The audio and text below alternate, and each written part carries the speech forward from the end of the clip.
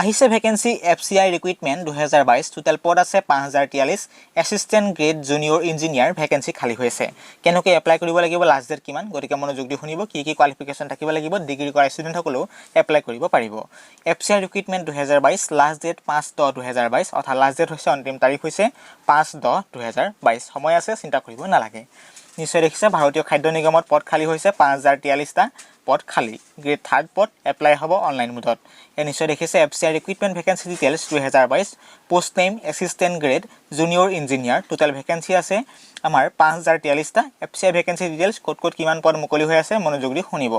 junior engineer civil ইঞ্জিনিয়াৰৰ বাবে আছে 48টা পদ junior engineer electrical mechanical engineer তাৰ বাবে আছে 15টা পদ আৰু ষ্টেনো গ্ৰেড 3 সেকেন্ডৰ বাবে আছে 73টা পদ 73টা পদ এসিস্ট্যান্ট গ্ৰেড আপোনালোকৰ 3rd গ্ৰেডৰ বাবে আছে জেনেৰেল 948টা পদ এসিস্ট্যান্ট গ্ৰেড 3rd একাউন্টছৰ বাবে আছে 406টা পদ এসিস্ট্যান্ট গ্ৰেড 3rd ৰ বাবে আছে টেকনিক্যাল পদৰ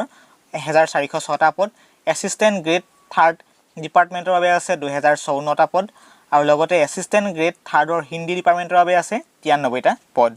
FCI ৰিক্ৰুইটমেণ্ট 2022 এলিজিবিলিটি ক্ৰাইটেৰিয়া কিমান দক্ষতা লাগিব কিমান সাৰ্টিফিকেট প্ৰয়োজন হ'ব কি পঢ়া হ'ব লাগিব এই চাকৰিখিনিৰ বাবে মনোযোগ দি শুনিব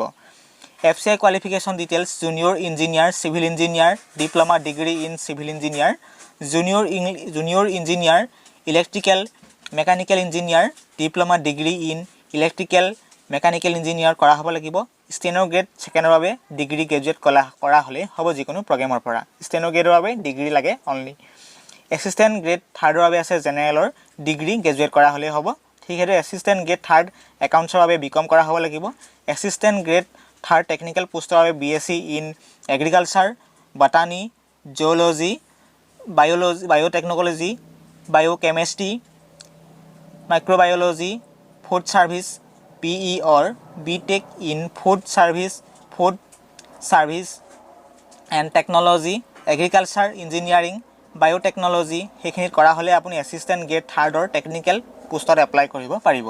assistant grade 3rd ডিপাৰ্টমেন্টৰ বাবে আছে ডিগ্ৰী গ্ৰেজুৱেট কৰা হ'লে হ'ব আৰু assistant grade 3rd ৰ হিন্দী ডিপাৰ্টমেন্টৰ বাবে ডিগ্ৰী ইন হিন্দীত কৰা হ'ব লাগিব অৰ্থাৎ ডিগ্ৰী কৰা হ'ব লাগিব হিন্দী ডিপাৰ্টমেন্টত এতিয়া হৈছে এজ লিমিটলৈ কিমান এজ লাভ কৰিব মনোযোগ দি কিমান বয়সৰ সীমাবদ্ধতা আছে বয়সৰ সীমাবদ্ধতা কৈছে নিশ্চয় দেখিবলৈ পাইছে